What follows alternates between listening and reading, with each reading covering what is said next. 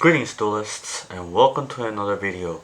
So today what I'm going to do is I'm going to be reviewing a deck list. As some of you guys already know, Trif Gaming, Steven Trifanowski, Trif, Pendulum God himself. He uploaded and profiled his Scareclaw cash deck, and I wanted to go through with it because not many people are on this deck. As you guys already know, this has been my deck of choice for the format. This has been the deck I've been taking like to major events, and I've been doing very well with it. And seeing somebody else who is as vocal as I am with this strategy just makes it very curious for me, and it makes it very interesting because not everybody has an same ideology when it comes to deck building and when it comes to like this game in general.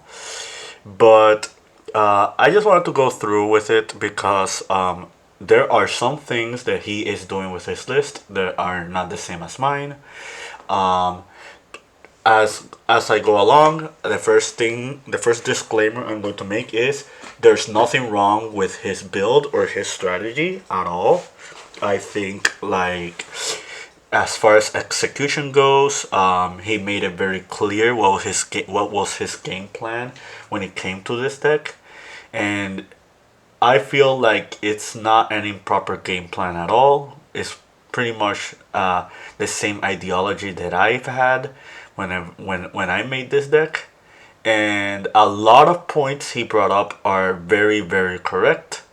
However, there are some differences with our lists, and there are some different ideologies that we have, and I kind of wanted to cover it because not everybody should be playing the deck the same way. You should be playing it to your custom or to your liking. But without further ado, let's begin. So the first thing is he's playing 60 cards. If you already know about me and my deck, I play 50. Pretty much my ideology behind that is I want to see like as many starter cards in my opening hands as possible. Might be held true to the point where your options are a little bit more limited when it comes to like the variety of stuff that you want to do, or the cards you want to break, or this type of matchups you want to face. However, I feel like the deck doesn't need too many utility cards. I feel like you don't need too many defensive cards either. I think the engine on its own does that very well. So like at least to my liking, I'm going to stick to 50. Like I just feel like if I go above 50 cards, I'm just going to see my engine less and less, and that could be prone for breaking. Everybody's different, so and to be fair, he does play a little bit more starters to circumvent that, um, which I'm going to go over. Um, so yeah, that's pretty much like my mentality when it comes to the whole 60 versus 50 card thing. Some people just don't like playing even 50. Some people just like playing 45 or 48. Shout out to Glenn. If you're watching this, I know that he's been on 48 for a while now. That's like his magic number. Um, some people can just play 40, but playing 40 means that you kind of have to play a very compact engine because like there are so many different engines you're playing in the deck already, um, and that's already like a good amount of your games that you're going to like dedicate to those engine slots unless you make like proper meta calls. So that's it for the whole 50-60 debate. So the second thing I've noticed right off the bat is he's playing hand traps. Um, this is not incorrect either. Basically, uh, I'll start with Shifter. The number one reason to play Shifter in this deck is to prevent Droll and Lockbird. Um, Droll and Lockbird is like a huge bane for this deck.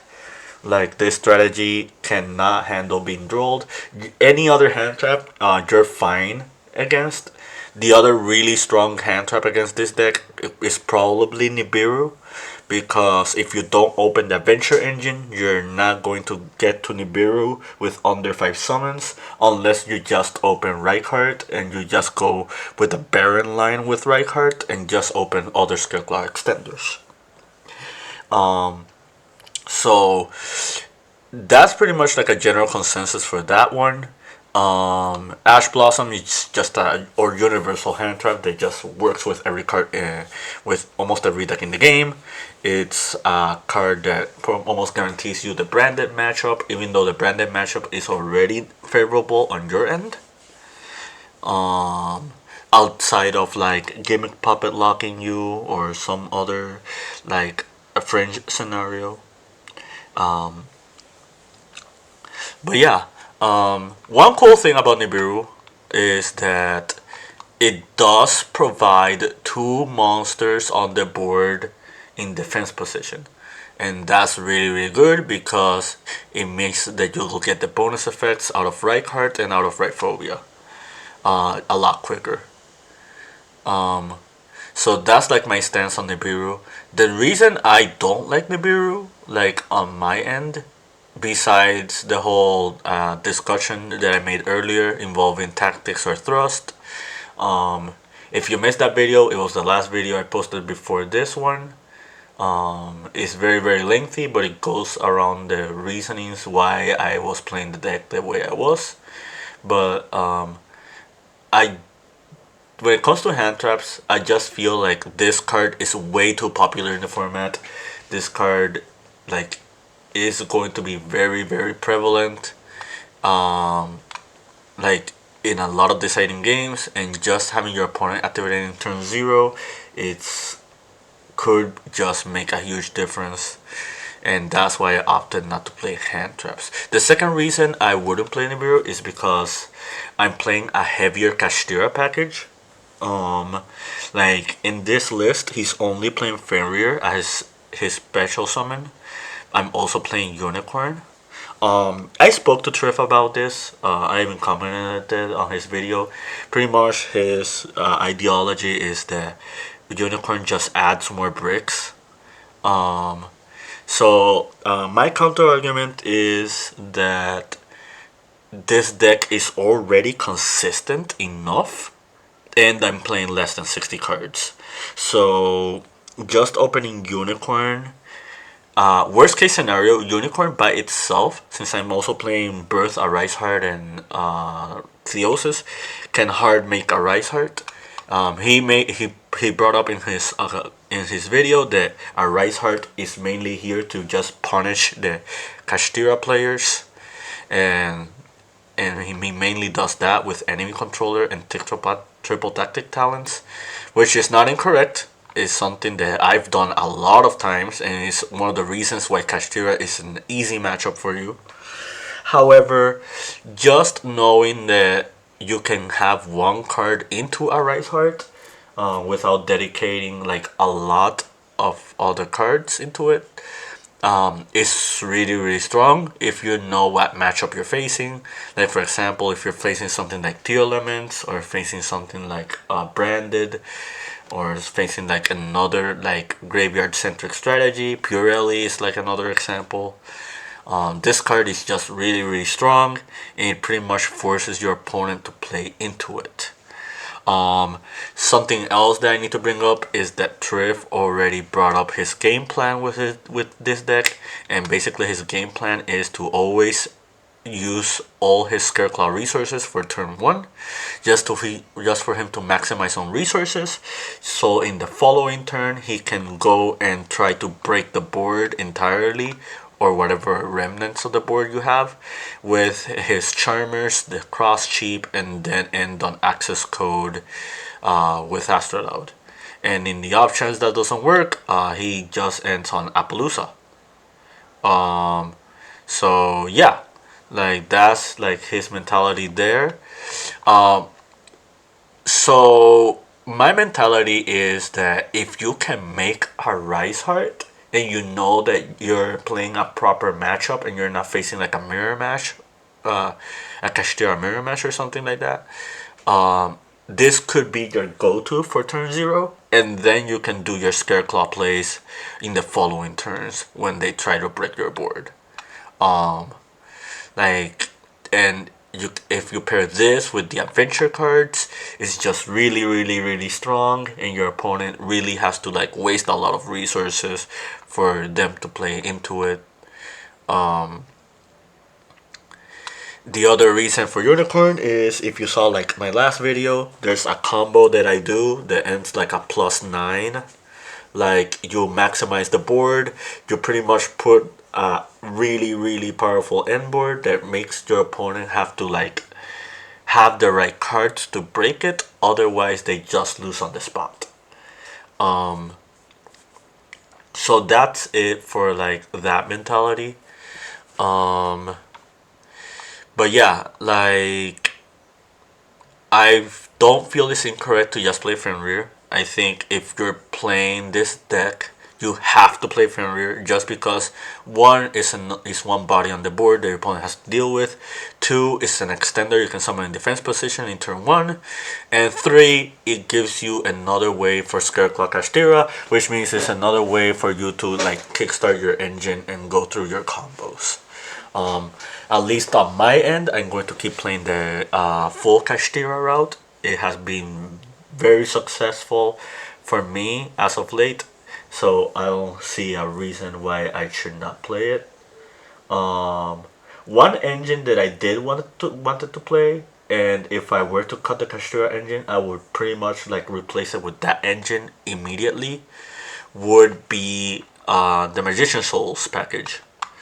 So he's playing Magician Souls and Chaos, and he's also playing Selene.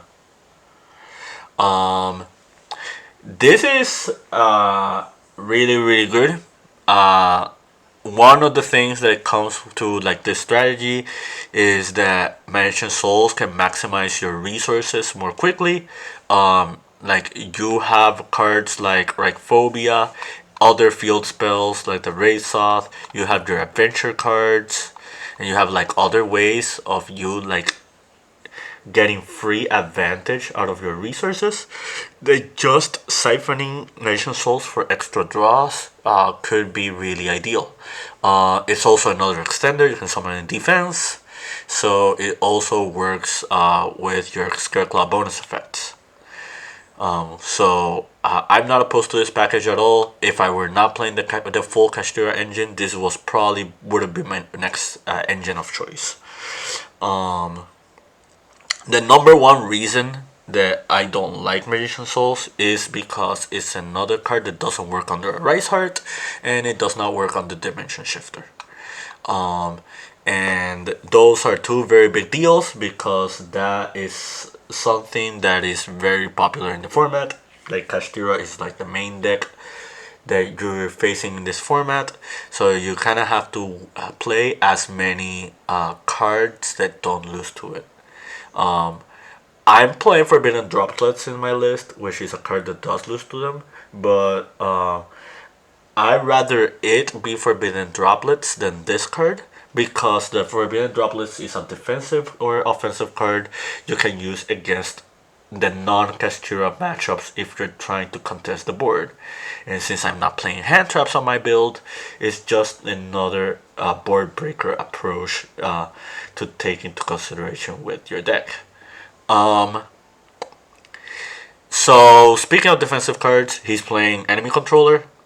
Pretty much like his mentality there is like whatever oppressive monsters he has, your opponent has, like mainly the Kashtira monsters for example, you can take them with Enemy Controller and then you can siphon them into Zeus or a Rise Heart. Zeus and a Rise Heart are only in his extra deck, just because of enemy controller and tactics. Like they have no other functions as far as utility goes, because the only way he can actually hard make a rise hard would be like using Fenrir, Griffin, and Scareclaw Kashtira. And those are not really expendable resources that you should be using for a card like this. But yeah, that's it for like the other reason.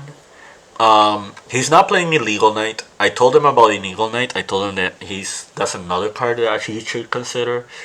He said that he'll do thorough testing with it later on, but I don't know if he did.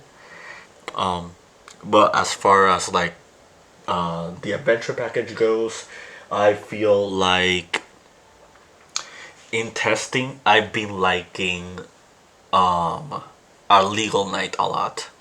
I feel like it's a card that you should highly consider if you're playing this engine. So just like me, he's also playing the one Kurikara. The main difference is he's playing Small World, as I am not playing Small World. My logic behind playing Kurikara was just to have another board breaking card as like another wild card option. Like, but I already play enough of them already. Like I'm maining Triple Tactic Thrust.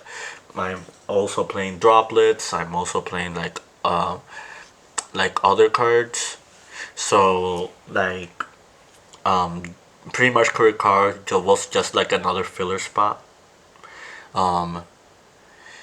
In his end, like Small World is part of his toolbox because he is playing a lot of cards that can bridge you into anything in your engine or anything in your deck. And just having a card that can guarantee you Kurikara against like the Kashtira matchup, for example, or like Branded or other decks is really, really strong. Like already brought up in the past, that Kurikara has won me like a lot of games on its own. And I don't fault him for thinking the same thing, like at all. So he's playing extra copies of field spells, like he's playing Perlorino, Calarium instead of maining 3 Rayphobias. The other thing that he's doing is he's playing multiple copies of Visa Starfrost. This is not incorrect. I opted for the 6 Scareclaw name instead of the Visa Starfrost, but this works pretty much the same way. The number one reason I wanted the 6 copies instead of the second visas, it's because of the utility to get tryhard. If you open visas and you try to do your Scareclaw combo, you have to get to a level 3, or you should already have a level 3 if you want to do the full tryhard rotation. I opted to just try to open as many of these as possible because they get you to the tryhard rotation without dedicating your right phobia search for it. The other thing that I've noticed is he's playing only 1 copy of Arrival. He brought up in his video that he plays, his priority is to always search the Twin Saw instead of the Arrival. I agree with that mindset. However, I feel like Arrival is like a definite 3 of, like in my deck. And the main reason for that is Arrival is just another extender. And take note that every Scareclaw name can make Lightheart, which can get you to Rhyphobia, which gets you to another name. So like, if your opponent is cognizant of that, they're going to try to stop you from activating this, or this will just bait interruptions like immediately, the same way you would have had with like stuff like enemy controller. This card is weaker against Arise Heart and Shifter. However, it's not the end of the world. Like many times against those scenarios, I either hold it for next turn or I banish it for the summon of Kashtira Scareclaw. which does come up a lot more than you think, and might guarantee to win you the game. Worst case scenario is just discard fodder for a faithful adventure if you need to. But yeah, like just having another extender that can get you to try hard without needing to search for it just helps. I agree with Trif's mentality of like prioritizing on Twin Saw. This card just wins a lot of games on its own. Like a lot of link centric decks just lose on the spot, like when you flip this card. So why not have a card already in your deck at multiple copies that just facilitates you into your win condition with this and try hard. So that's like my mentality there. I think I covered pretty much everything. I guess we can go with the extra deck next. I already brought up the two XYZs. His only synchro of choice is Bear on the Floor. If you've seen my list, I play Chaos Angel. If you've seen past videos of mine, you already know that there's a one card OTK with Reinhardt involving any monster with at least 2000 attack on your opponent's board, and it involves Chaos Angel. So that's like a very very strong analogy there. Another thing about Chaos Angel is a card you can summon into boards and your opponent cannot really deal with it because it will have like a monster immunity and like it will be indestructible by battle because you're making it with both a light and a dark monster. So that's my analogy there with Chaos Angel. He's playing 2 and 2. I'm playing 3 and 3. I think like in the grind. Well, I'm playing two try heart and a third light heart. He already brought up the combo that he always summons the second one on turn 1. Just so he can maximize on resources because the special and adding effect is not once per turn. However, I feel like 3 Lightheart is correct because if you do get into the grind game, you're just going to grab Phobia and and that will grab you like another copy of Reinhardt, which will grab you another copy of Arrival, which will get you to your Charmers, and your Charmers are pretty much part of your win condition. He was correct on this end. He brought up how both the Charmer monsters were like the backbone of him breaking boards because they're the two most important attributes in the game right now, and I 100% agree on that he was not incorrect. However, his bridge was from them to Selene and Selene into Apollousa or Access Code, while my end was using these to either summon Underworld Goddess or summon Tryhard again, or like try to make other monsters and extenders, or try to beat them with their boss monsters if I bring them back with these cards. Like there's a lot of games where I just go make Asa, take their Fenrir, and then after that I make Dark and take their Arise Heart. And that's already 2 big monsters on the board. And then the Fenrir will grab me Scareclaw Kashtira, which is another big body that can just splash to your opponent's boards and then break it and kill them. One thing that he didn't bring up, which is very surprising to me, is that access code is not really just your only way to OTK. Like he brought up how access code and Astrolaud can OTK because you have a lot of ways to break the board and a lot of cards that just distract your opponent into using the resources before just ending on these 2 and just closing the game that way. However, you can also close the game with Tryhard. Like if you summon Tryhard and just summon a lot of these little guys, you can make a monster that can attack 4 times with over 4000 attack and can do piercing. Like, and you have Rhyphobia to lower everybody's all the opponent's monsters defense. When that's really really strong. Like that should not be underlooked at all. Like, I've won a lot of games through a lot of interruptions just doing that. There's also the one card OTK I already brought up with Reinhardt. You like just making Reinhardt into Visas, into a synchro monster, into then making Astraloud and just break their opponent's board is just really strong there. And then if you compare that with a Charmer monster, to take an opponent's monster with the stuff that you broke with these cards, just guarantees you OTK on the spot. But yeah, like cross chip is just to facilitate OTKs with Astroloud, facilitate resources, and I think that's it. I won't talk about the side deck too much because it's player mentality that's super different. As you guys already know, I'm mainly decking Thrust instead of side decking it. The one card I will talk about is Scareclaw Splash. So the reason this is in here is if you ever go first, and you don't open with your adventure engine,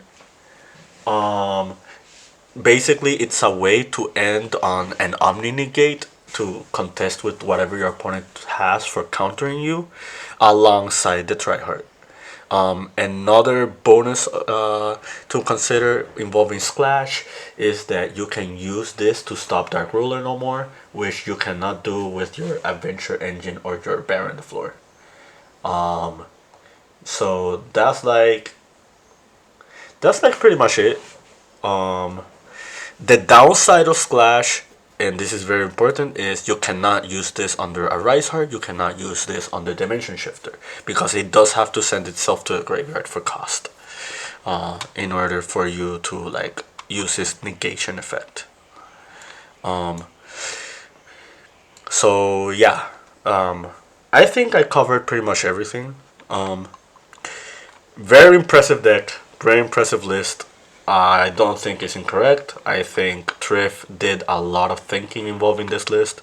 He did a foreshadowing that he has another list in the future that it involves Rusty Bardic. So that pretty much tells you that he's going to play like a Phantom Knight engine alongside this.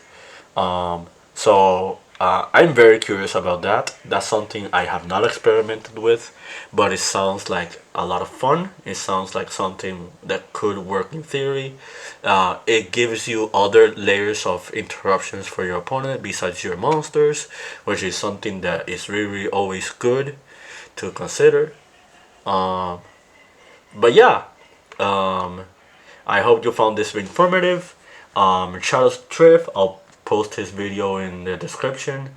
Very happy to see somebody else pilot this deck. But yeah, that's it from me.